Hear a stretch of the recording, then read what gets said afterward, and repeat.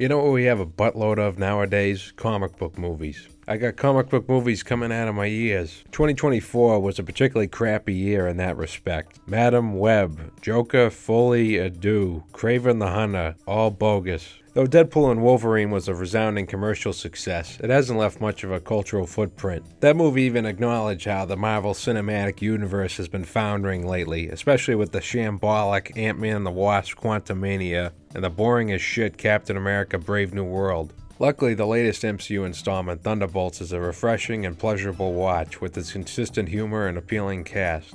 It focuses on a ragtag team of superheroes who are brought together by circumstance and ultimately combine forces to save the day, despite conflicting personalities. It's a setup not dissimilar from the Guardians of the Galaxy movies, or even last year's pleasant surprise, Transformers 1. I wouldn't say the plot is the main draw with Thunderbolts, it's more about the vibe and watching all these misfits bicker and jostle with each other.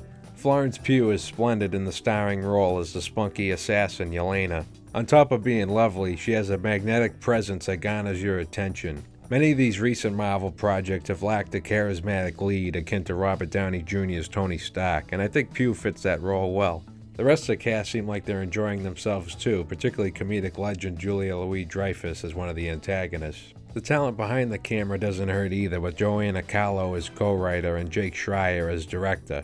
Their creative forces behind The Bear and Beef, respectively, two of the best shows in recent memory. Thunderbolts isn't perfect, and there are parts where you can see the seams showing. There's one character appearance that felt very shoehorned and awkward. If you've seen the movie, you probably know what I'm referring to. Details like that feel like they were mandated by the Marvel brass, rather than beats that organically serve the story. For the most part, though, Thunderbolts is an effective entertainment. It's more worthwhile than its middling box office performance might suggest. The teenagers seated in front of my friend and I seem more preoccupied with their brightly lit phones, but I promise you they're the outliers, and I think you should give it a fair shot.